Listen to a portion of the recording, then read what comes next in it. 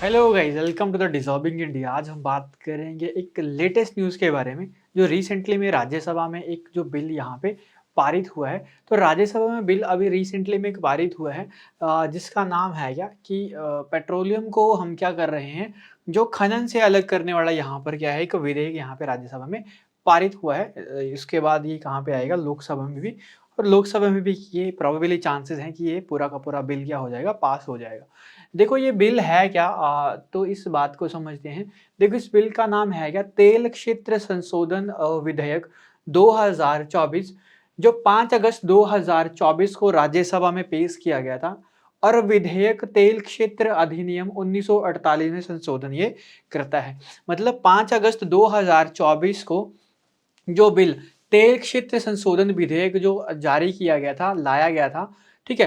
तो वो करता क्या है, 1948 में क्या करता है, जो इसमें आपके पास जो एक्ट बने थे, इस संशोधन या इस तेल क्षेत्र के मामले में, वहाँ पर क्या करता है, इसको संशोधन यहाँ पे करता है। मतलब इस 1948 के एक्ट को क्या करता है, ये संशोधन करता है, ठीक है? मतलब अमेंडमेंट यहाँ पे करता है।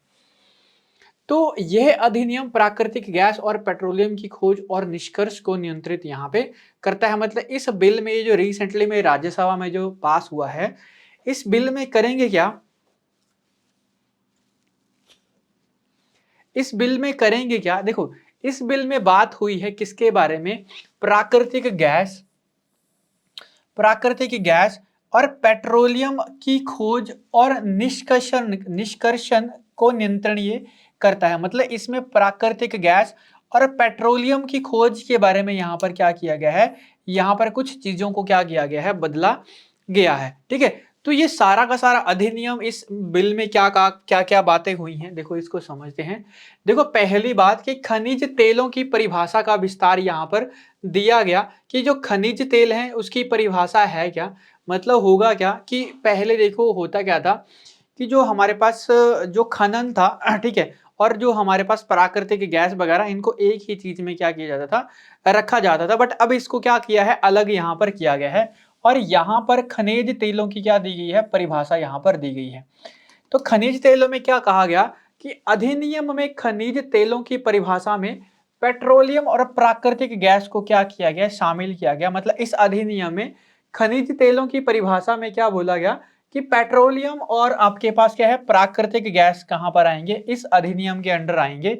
और विधेयक में परिभाषा का विस्तार करते हुए इसमें कुछ निम्नलिखित बातों को क्या किया गया, सम्मिलित किया गया। देखो पहली बात इसमें क्या हुई कि कोई भी प्राकृतिक रूप से पाए जाने वाला हाइड्रोकार्बन इसमें होगा, कोल बेड मीथेन होंगे, और शैल गैस और तेल भी यहाँ पर होंगे। देखो ये जो अधिनियम है ये स्पष्ट करता है कि खनिज तेलों में कोयला, लिग्नाइट और हीलियम यहाँ पर शामिल नहीं होंगे। मतलब इसने क्या किया, एक खनिज तेलों की क्या दी, परिभाषा दी इस बिल ने। और इस बिल में क्या कहा गया कि खनिज तेलों में आपके पास क्या क्या नहीं होगा, कोयला, लिग्नाइट और हीलियम यहाँ पर शामिल नहीं होंगे। इसमें जो शामिल होंगे प्राकृतिक रूप से पाए जाने वाले हाइड्रोकार्बन, कोल बेड मीथेन और शैल गैस, ये सारे के सारे ऐड होंगे, ठीक है? इनको क्यों अलग किया गया है, इसको हम पूरे के पूरे टॉपिक को आगे जैसे जैसे समझते चलेंगे वैसे वैसे आपको ये टॉपिक समझते आएगा। फिलहाल इस बिल में जो बातें हुई हैं वो कहा क्या है, इस बिल में बातें कही गई हैं कि पहली बात की जो 1948 या 1948 का जो एक्ट था उसमें क्या करता है, ये चेंजेस लाता है। और साथ साथ में क्या करता है, इस खनिज तेलों की क्या देता है, परिभाषा देता है। इन खनिज तेलों की परिभाषा में क्या कहा गया कि इस खनिज तेल में होगा क्या क्या, इन खनिज तेलों में होगा क्या क्या, आपके पास देखो इन खनिज तेलों में होगा प्राकृतिक रूप से पाए जाने वाले हाइड्रोकार्बन, खनिज तेलों में गिने जाएंगे कोल बेड मीथेन, यहाँ पर खनिज तेलों में शैल गैस तेल आदि ये होगा, ठीक है? और खनिज तेलों में आपके पास कोयला, लिग्नाइट और हीलियम यहाँ पर शामिल नहीं होंगे। अब देखो इसके साथ बात हुई है पेट्रोलियम पट्टे की शुरुआत। मतलब आपके पास जो भी आपके पास क्या होगा, उसके उत्खनन के काम जो करेंगे, पेट्रोलियम से रिलेटेड जो काम करेंगे, इन आपके पास देखो हाइड्रोकार्बन, कोल बेड, ये सारी की सारी जो बातें होंगी, इनको क्या किया जाएगा, प्राइवेट एम्पायर को यहाँ पर क्या दिया जाएगा, एक आप मान लो कि पट्टे पे दिया जाएगा। प्राइवेट एम्पायर क्या कर सकते हैं, इसमें इन्वेस्ट कर सकते हैं। और उससे होगा क्या कि जैसे ही प्राइवेट एम्पायर यहाँ पर आएंगे, पेट्रोलियम वगैरह पे काम करेंगे, खनिज तेलों को निकालेंगे, तो उससे होगा क्या, प्राइवेट एम्पायर क्या करेंगे, एक अच्छी जीडीपी में क्या कर सकेंगे, कंट्रीब्यूट कर सकेंगे। तो एक सरकार के लिए एक बहुत ही बड़ा यहाँ पर क्या है, ये प्रॉफिट वाली चीज है, जिसमें क्या कहा गया कि हम क्या करेंगे, इन खनिज तेलों को क्या करेंगे। अब देखो सरकारी जो पब्लिक पीएसयूज होते हैं, ठीक है, पब्लिक जो आपके पास जो कंपनीज होती हैं, वही क्या करती हैं, पेट्रोलियम के ऊपर काम करती हैं। बट अब इसमें क्या कहा गया कि जो हमारे पास जो प्राइवेट एम्पायर भी होंगे, वो भी क्या कर पाएंगे, यहाँ पे इन्वेस्ट कर पाएंगे। और उनके साथ साथ में जो भी हमारे पास कुछ, जो हमारे पास इसमें पहले जो कड़े कानून थे, उनको भी यहाँ पर क्या किया गया है, कम किया गया है, ताकि प्राइवेट एम्पायर क्या कर सके, ज्यादा से ज्यादा इन्वेस्टमेंट यहाँ से कर सके, और ज्यादा से ज्यादा जो अर्थ है उससे क्या किया जाए, नेचुरल जो चीजें हमें मिलती हैं उसको क्या किया जाए, यहाँ पे रिफाइन किया जाए, निकाला जाए। तो इसीलिए ये अधिनियम यहाँ पर राज्यसभा में जो अभी रिसेंटली में क्या हुआ है, पारित हुआ है, जो 5 अगस्त को क्या किया गया था, 2024 को राज्यसभा में आया था, और रिसेंटली में क्या हुआ है, ये बिल्कुल राज्यसभा में क्या हो चुका है, पास यहाँ पर हो चुका है। तो इस अधिनियम में क्या बोला गया कि खनन पट्टे का प्रावधान है, मतलब क्या किया जाएगा, पब्लिक एम्पायर जो होंगे या जो आपके पास प्राइवेट जो एम्पायर होंगे, पब्लिक एम्पायर के साथ में जो सरकारी जो पीएसयू जो होती हैं, उनके साथ साथ क्या किया जाएगा, प्राइवेट एम्पायर को भी यहाँ पे नेचुरल जो हमारे पास चीजें होती हैं उनको क्या करने का, खनन करने का काम यहाँ पर दिया जाएगा, खनिज तेलों को वहां से निकाल सकते हैं। तो पट्टे में खनिज तेलों की खोज के लिए पूर्वेक्षण, उत्पादन, व्यापार योग्य बनाना और निपटान जैसी विभिन्न गतिविधियां शामिल हैं। मतलब वो क्या कर सकती हैं, खनिज तेलों की खोज, जैसे पेट्रोल वगैरह अगर किसने ढूंढना है तो उसके लिए वो क्या कर सकती हैं, इजीली से काम कर सकती हैं। उत्पादन कर सकती हैं, व्यापार योग्य बनाना मतलब उसको रिफाइन कर सकती हैं, और उसी से रिलेटेड अगर कुछ यहाँ पर गड़बड़ हो जाए तो निपटान जैसी विभिन्न गतिविधियां भी इस अधिनियम में क्या है, शामिल हैं। पूर्वेक्षण तेल और गैस क्षेत्रों में खोज में प्रारंभिक चरण है, जिसमें बड़े क्षेत्र में संभावित पेट्रोलियम संचय का आकलन शामिल है। विधेयक खनन, आप जो विधेयक जो खनन है पट्टे को पेट्रोलियम पट्टे से बदल देता है, जिसमें समान प्रकार की गतिविधियां शामिल है। अधिनियम के तहत ये दिए गए मौजूद जो हमारे पास खनन पट्टे वैध बने रहेंगे। मतलब जो हमारे पास जो पहले से ही पीएसयूज के पास जो हमारे पास जो पीएसयू जिसके ऊपर काम कर रही है वो एज इट इज ही रहेगा, बट इसमें कुछ और चेंजेस यहाँ पे लाए गए हैं ताकि ज्यादा से ज्यादा प्राइवेट इन्वेस्टमेंट यहाँ पर क्या किया जा सके, बढ़ा दी जाए। साथ साथ में हुआ क्या है, देखो केंद्र सरकार की नियम बनाने की शक्तियां, मतलब किस तरीके से यहाँ पर केंद्र या सेंट्रल गवर्नमेंट ने यहाँ पर अपनी शक्तियों को डिफाइन किया गया है कि नियम बनाने की जो शक्ति है वो किसके पास है, केंद्र सरकार के पास है। कुछ यहाँ पर अभी रिसेंटली में हुआ गया था कि सेंट्रल गवर्नमेंट ने यहाँ पर बोला भी था कि स्टेट लिस्ट, यूनियन लिस्ट और कॉन्करेंट लिस्ट यहाँ पे देखने को मिल रहा था कि नेचुरल रिसोर्सेज जो होते हैं वो स्टेट लिस्ट में आते हैं। तो इसमें जो हमारे जो हरदीप सिंह पुरी हैं, जो हमारे पास ऑयल एंड फील्ड जो मिनिस्टर, उन्होंने कहा था कि नहीं, ऐसा कुछ नहीं है कि हमारे पास स्टेट को भी क्या दिया जाएगा, इससे पैसे दिए जाएंगे।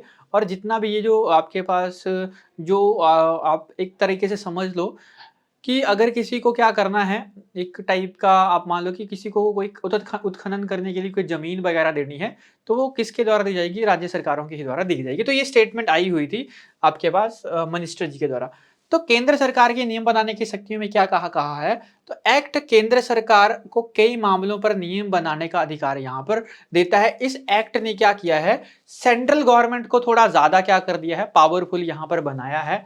और जिसमें क्या कहा गया है कि लीज देने को विनियमित करना केंद्र सरकार करेगी। लीज की शर्तें और नियम जैसे न्यूनतम और अधिक क्षेत्र और लीज की अवधि शामिल यही सरकार करेगी, केंद्र सरकार। खनिज तेलों का संरक्षण और विकास सेंट्रल गवर्नमेंट के अंडर होगा। तेल उत्पादन के तरीके, रॉयल्टी, शुल्क और करों को संग्रहित करने का तरीका, सारे के सारे नियम किसके द्वारा, ये सेंट्रल गवर्नमेंट के द्वारा बनाए जाएंगे। बिल इन प्रावधानों को बरकरार रखता है कि बिल में कहा गया कि केंद्र सरकार निम्नलिखित पर भी नियम बना सकती है। किस किस पर, पेट्रोलियम लीज का विलय और संयोजन, उत्पादन और प्रसंस्करण सुविधाओं को साझा करना, पर्यावरण की रक्षा, उत्सर्जन को कम करने के लिए लीज अधिकारों के दायित्व। मतलब यहाँ पर कहा गया है कि अगर प्राइवेट एम्पायर अगर ज्यादा से ज्यादा एक्सप्लॉइट करेंगे, ठीक है, तो होगा कि इससे नेचुरल एनवायरनमेंट को बड़ी ज़्यादा दिक्कतें देखने को मिलेंगी। तो इसके ऊपर भी सेंट्रल गवर्नमेंट के ही ये सारे के सारे रूल यहाँ पर बनाएगी कि पर्यावरण की रक्षा और उत्सर्जन को कम करने के लीज धारकों के दायित्व होंगे। ये भी केंद्र सरकार के नियम की शक्तियों के ही अंडर आएगा। और पेट्रोलियम लीज देने के संबंध में विवादों को हल करने के लिए वैकल्पिक तंत्र जो होंगे वो भी किसके द्वारा दिए जाएंगे, केंद्र सरकार के द्वारा। ये जो नियम बनाने की शक्तियां हैं इन्हीं के ही अंडर ये सारी की सारी बातें होंगी। यहाँ पर इन्होंने कहा है कि कुछ यहाँ पर जो कानूनी जो यहाँ पर अपराध या जो हमारे पास होगा उनमें अपराधों में गैर अपराधीकरण, मतलब अपराधों में गैर अपराधीकरण मतलब पहले कुछ ऐसे एक्ट थे जिसमें क्या किया गया था, कुछ जेल वगैरह की भी सजा थी, तो अब इसको क्या कर दिया है, कम कर दिया गया है। और पहले जो इसका जो फाइन था वो 1000 रुपए था, तो अब 1000 रुपए से फाइन 25 लाख रुपए यहाँ पर कर दिया है। तो इस अधिनियम में क्या प्रावधान है कि नियमों का उल्लंघन करने पर 6 महीने तक की कैद की बात हुई है, 6 मंथ की, ठीक, 1000 रुपए तक जुर्माना आपके पास देना हो सकता था, ये पहले की बात है। बट इसके बजाय बिल में प्रावधान ये है कि उपरोक्त अपराध के लिए अब ये इसको क्या कर दिया गया, कैंसिल कर दिया। अब अपराध के लिए 25 लाख रुपए का जुर्माना लगाया जाएगा।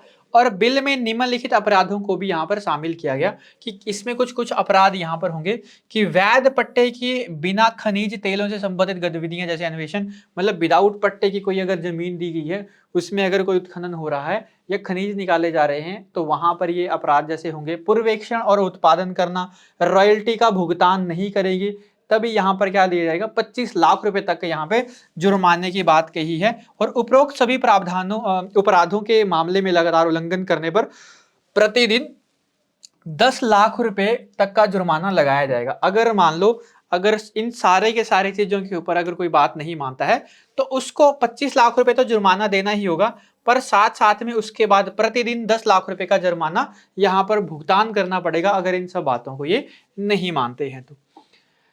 दंड का निर्णय जो था ये किस तरीके से यहाँ पर डिफाइन हुआ था, तो देखो दंड के निर्णय को समझते हैं। केंद्र सरकार दंड के निर्णय के लिए संयुक्त सचिव या उससे ऊपर के रैंक के अधिकारी को नियुक्त करेगी। मतलब दंड का जो निर्णय करेगा वो कौन कौन करेगा, एक संयुक्त सचिव या उससे ऊपर जो रैंक का अधिकारी होगा उसको नियुक्त करेगी सरकार। और न्यायाधिकरण के निर्णय के खिलाफ अपीलीय पेट्रोलियम और प्राकृतिक गैस बोर्ड जो विनियामक अधिनियम बोर्ड है जो 2006 में था, में निर्दिष्ट आपके पास अपीलीय न्यायाधिकरण के समक्ष की जाएगी। मतलब होगा क्या कि अगर इसके खिलाफ अगर सरकार ने जो आपके पास चीजें अगर या जुर्माना लगा दिया तो वो लोग क्या कर सकते हैं, अपीलीय पेट्रोलियम और प्राकृतिक गैस बोर्ड नियामक बोर्ड अधिनियम 2006 में क्या कर सकते हैं, अपीलीय न्यायाधिकरण के समक्ष यहाँ पे जा सकते हैं। और 2006 का अधिनियम विद्युत अधिनियम 2003 के तहत गठित विद्युत अपीलीय न्यायाधिकरण को अपीलीय न्यायाधिकरण के रूप में नामित करता है। तो इसमें क्या कहा गया कि केंद्र सरकार क्या करेगी, दंड के निर्णय के लिए संयुक्त सचिव या उससे ऊपर के रैंक के अधिकारियों को यहाँ पर क्या करेगी, नियुक्त करेगी, जो डिसाइड करेंगे कि कितना दंड यहाँ पर भुगतान करना पड़ेगा। तो ये है सारा का सारा राज्यसभा में जो रिसेंटली में जो बिल आया हुआ है। तो आई होप आपको वीडियो समझ आई होगी। तो वीडियो को कर दीजिए एक बार लाइक, चैनल को कर दीजिए सब्सक्राइब। मिलते हैं नेक्स्ट सेशन में, तब तक के लिए धन्यवाद।